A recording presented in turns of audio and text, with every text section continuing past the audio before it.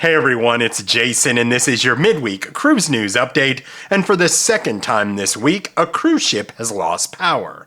A cruise line wants you to be a tattletale, and I need your opinion. Would you trade concert tickets for a cruise? So cruise story number one, and for the second time this week, a Royal Caribbean cruise ship has lost power.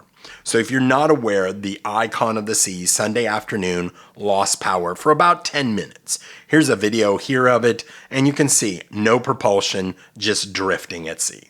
Many people weren't calling it a big deal. They said, hey, they were in the elevators, the doors opened back up. Sounds like a good safety feature there. And propulsion and power came back on in 10 minutes. Well, the next day, the Quantum of the Seas also lost power as it was headed to Sitka, Alaska. This was for reportedly about 15 minutes. As you can see in this video here, the emergency lights are on. It's being reported that people were stuck in elevators. That a lot of people are calling a new fear unlocked, is being stuck in an elevator with no power in the middle of the ocean on a cruise ship. I have to agree with them there.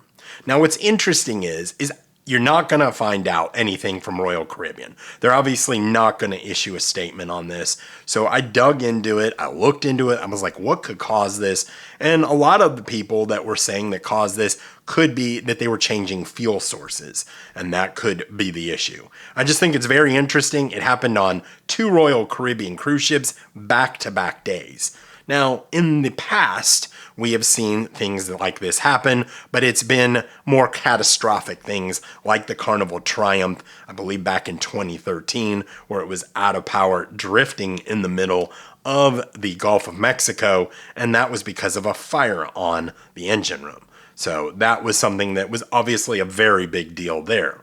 So not usually something we see, just in small incidences like this. Now, I've been on 35 cruises.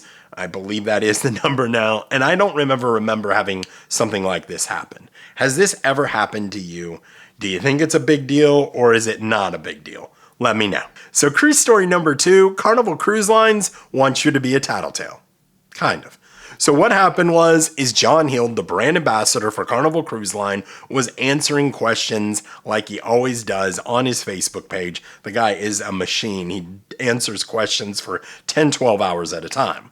Well, he got a comment and someone was complaining about being able to smoke on embarkation day.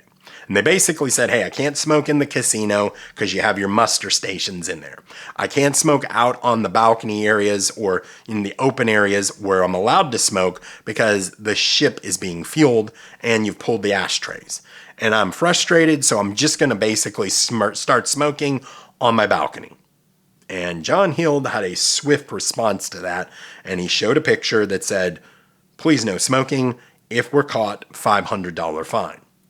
And he asked passengers, he said, well, I know no one wants to be a tattletale.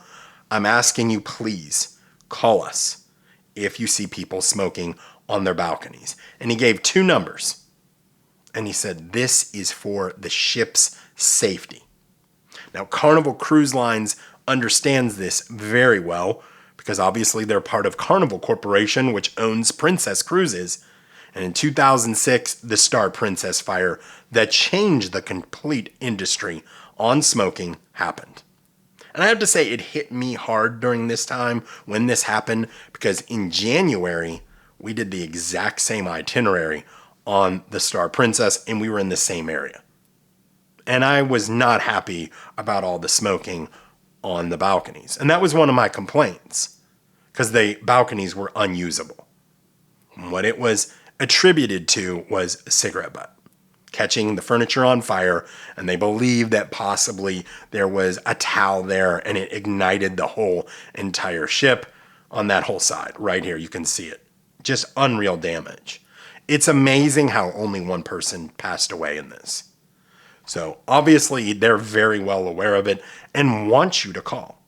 Now, are you someone that calls? Now, I'm one that if I smell it out there, I will say something loud. I'll be like, wow, is someone smoking? And that's all I'll say.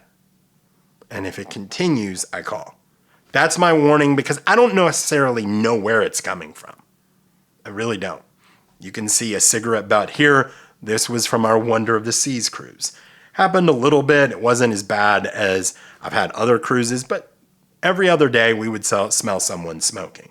And it's really disappointing because the smoking section wasn't very far from these cabins. So do you call or do you not call? Do you think this is being a tattletale?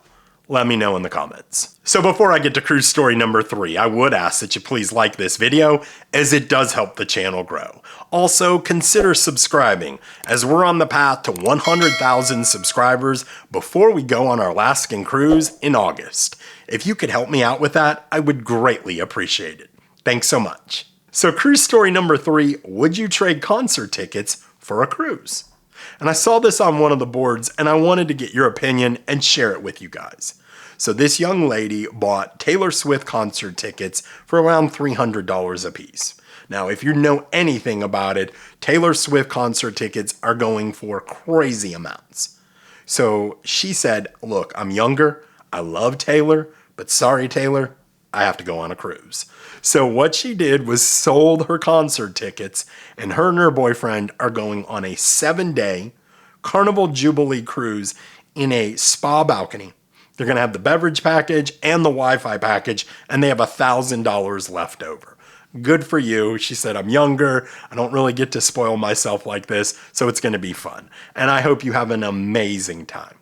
Now, I think most of us that probably watch me are going, yeah, I'd trade my concert tickets for Taylor Swift for a cruise all day, every day, and twice on Sunday. But here's the question. Put in your mind someone you've wanted to see for years. Whether it's a concert, whether it's a production show, whatever it may be. And would you trade that for a cruise? It's an interesting dilemma when you put it, outside of Taylor Swift and maybe someone you really wanted to see. Let me know what you guys would do in the comments. So I appreciate you guys watching. Thanks so much for the support. It really does mean a lot to me. And until I talk to you next week, happy cruising.